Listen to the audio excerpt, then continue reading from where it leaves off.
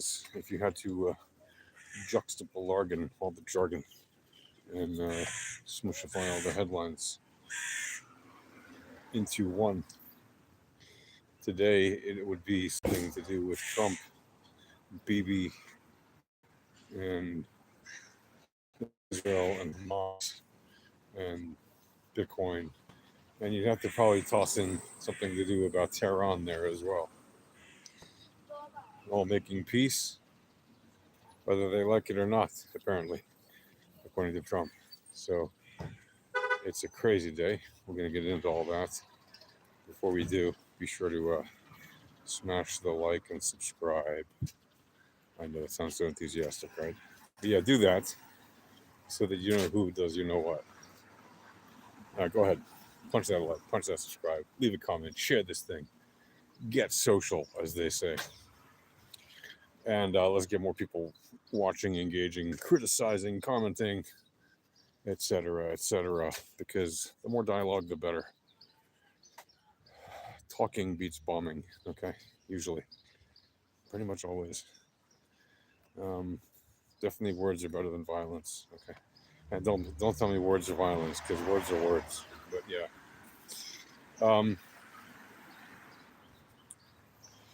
So what happened? Well, in the last 24, 48 hours or so, you had President Trump at the NATO meeting in Europe telling the world how great and glorious he is and how wonderful his achievement was. What a big fight they fought. They literally flew in over territory that had been silenced and taken command of by the IAF, the Israeli Air Force. It flew, and now I'm not saying they didn't do it courageous and difficult and all that. Yes, it's very difficult to do what the B-2 bombers did and what the stealth fighters accompanying them did and what the other jet fighters accompanying them did. It's not easy, even if there's no hard targets really on the ground. You know, yes, there could have been, who knows, a Lone Ranger down there with a BB gun. It might have shot at them with maybe an S-300 that they didn't get last year. Except they know they got all of them, but whatever. You know, there was no fire from the ground when the U.S. flew over, probably because the Iranians didn't even know they were there. First of all, because they were flying on stealth planes, so they couldn't even detect them on their radars. Second of all, even the planes that they could, in theory, detect, right, are way more advanced than anything they have, and they know it. So they wouldn't put that at risk. Second, third of all, they know that their air has already been taken over by Israel, right, at the time that it happened. So there was no way they were going to risk putting up any fighters into the sky when they just knew they would have been just shot down very quickly. But okay, yes, very courageous. They were in and out in like 2 hours, okay, if that. Right, they flew to their targets, they dropped their bombs, and they got the hell out. And again, I'm not minimizing their efforts. Yes, they had long flights there and back. I get it. It's like a 38-hour flight mission. It's not easy to fly a plane for 38 hours, but that's what these people train for, day in and day out, year in and year out. Hello, hello, hello. What'd you say? Live long, Iran. Yeah, man, I'm all for Iran living long. Yes, as long as it's not the Iranian dictatorship that's currently in power.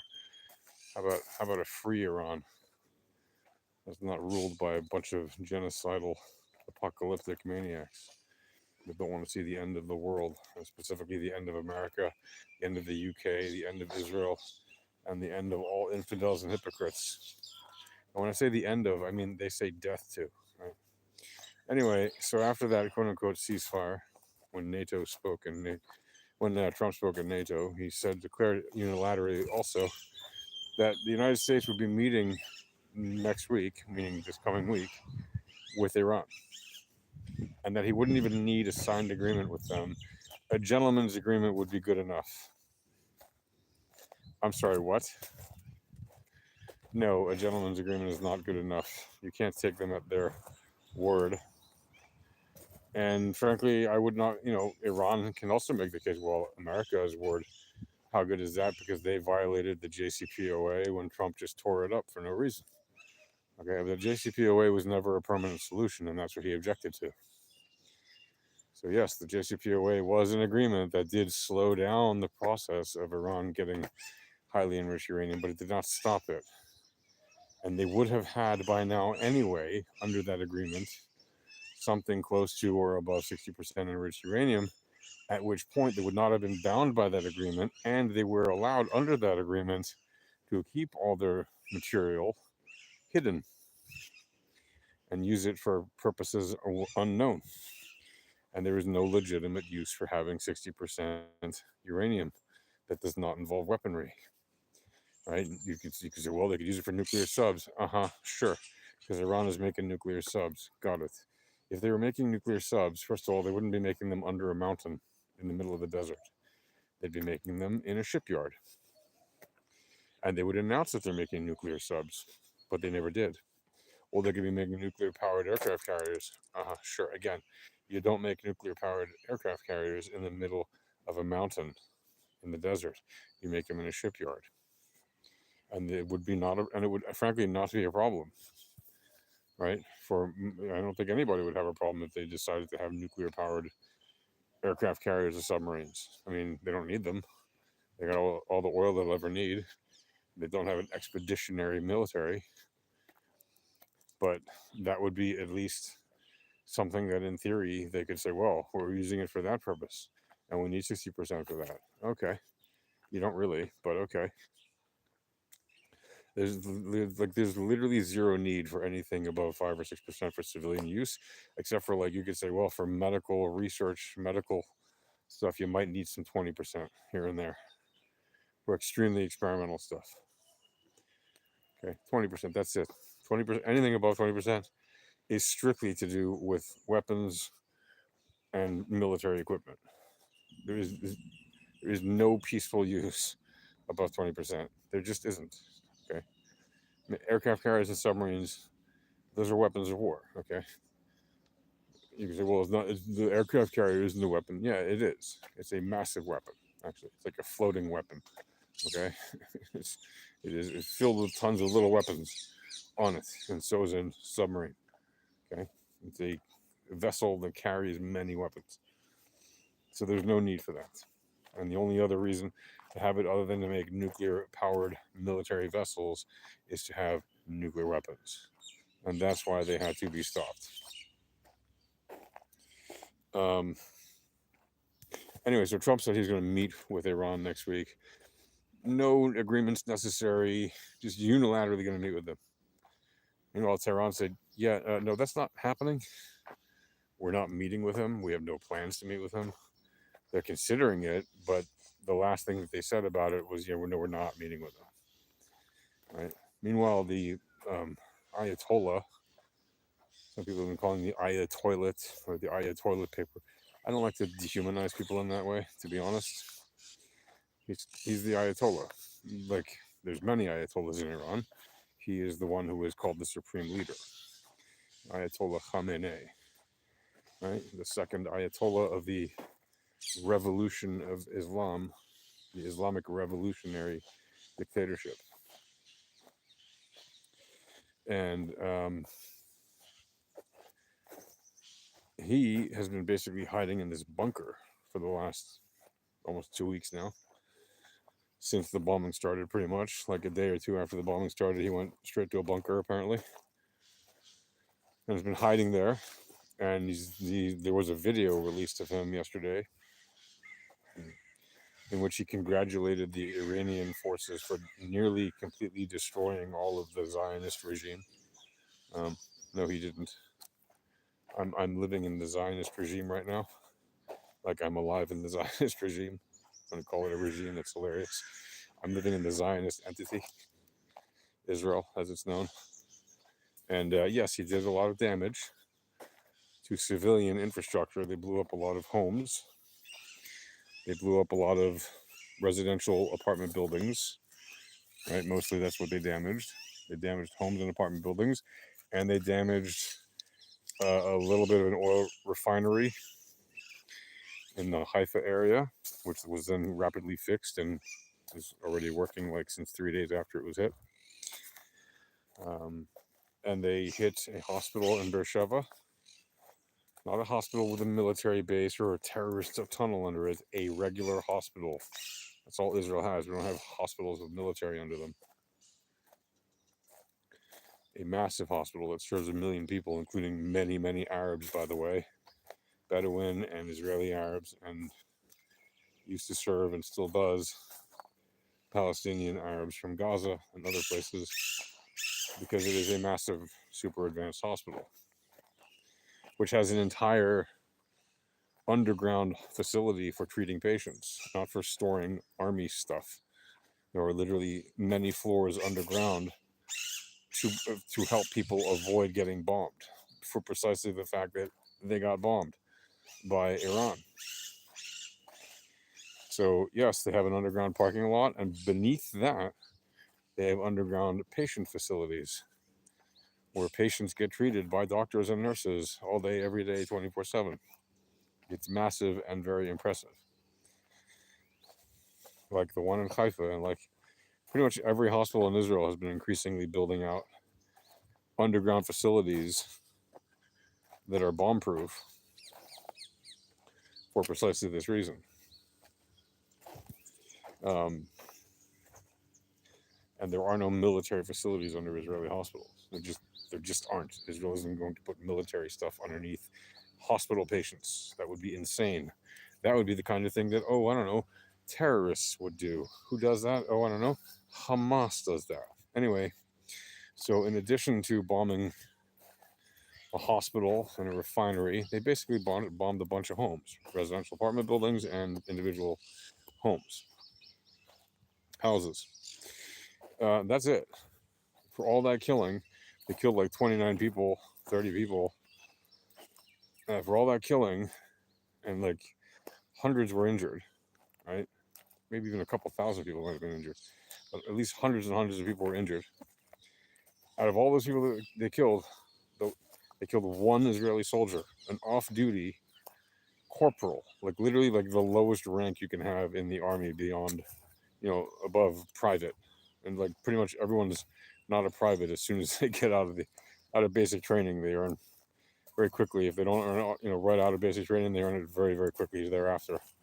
In most cases, like within days or weeks, for doing the most basic stuff, become a corporal. So he was literally an 18-year-old corporal in the army who was at home studying a remote learning course for medics, like literally learning how to save lives.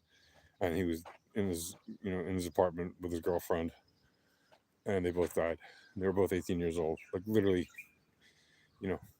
they just became adults legally, in recent months. And he just joined the army very recently. Like he must have joined the army very, very soon after his 18th birthday to still be 18 and still be doing a training course, because like basic training is like 6 months or something, even longer in some cases.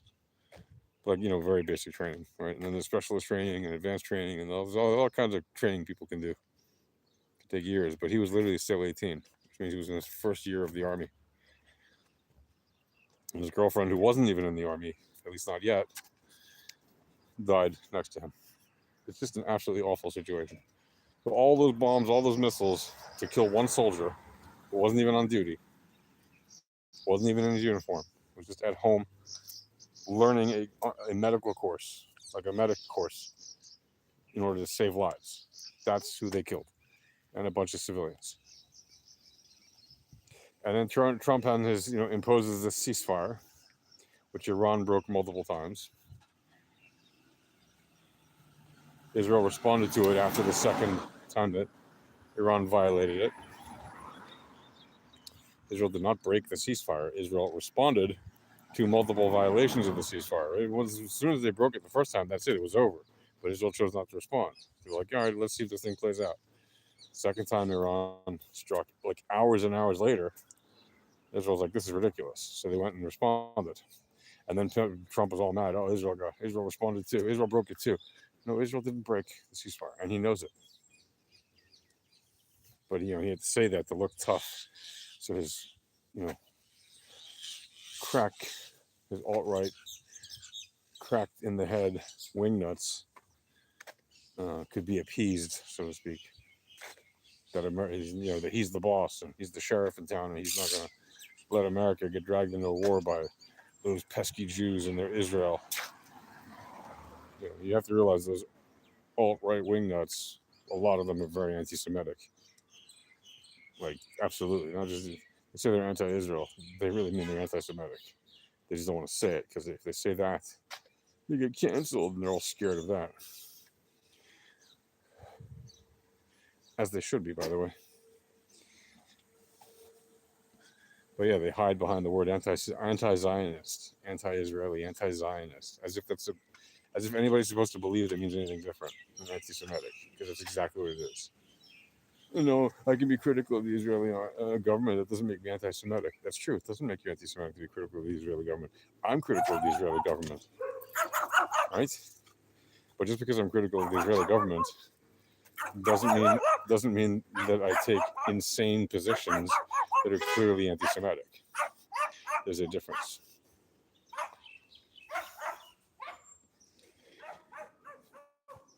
Anyway, after imposing this ceasefire,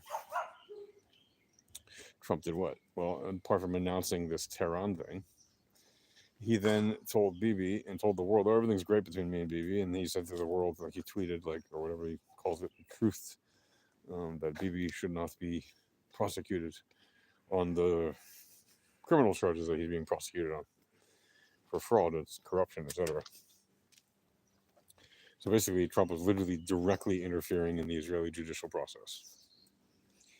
Okay, well, good luck with that. See how that plays out. There's already people who said, yeah, you can't do that. But he did it anyway. So, what are you going to do? You can't stop a guy from tweeting, right? But he is the president of the United States. So what he says has some gravitas. And that's where the interference part comes in. Because if just any Tom, Dick, and Harry post a tweet that says, yeah, Bibi shouldn't be prosecuted, that's not really interference, because people are people and they can have their opinions. When a president of the United States says it, it has more gravitas, even if it has absolutely no bearing on what the judges will listen to or consider in the court case. It's still interference because he's the president of the United States. There is no pretending that that judges don't know. That's not a thing. The judges know. Right? Will they consider it? Who knows? Personally, I hope not, because why should, even if, as long as you can delay sentencing on a crime until after an election is held, or until it's close enough to the election that the judge is like, yeah, we can't have the sentencing now because it's too close to the election. But if Trump had been taken out of the running, essentially, effectively,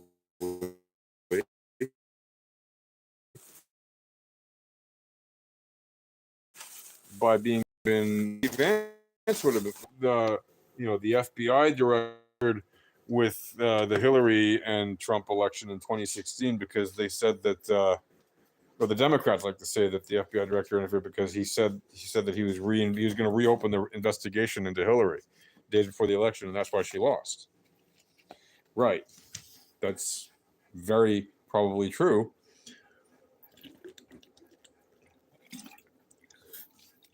And Republicans don't generally argue that point, because they know, because it was very obvious, that had the FBI not reopened the investigation into Hillary Clinton, which ended up in nothing, because she literally didn't act. What she did may have not been ethical. I'm not saying it was ethical. But deleting 30,000 emails on her own private server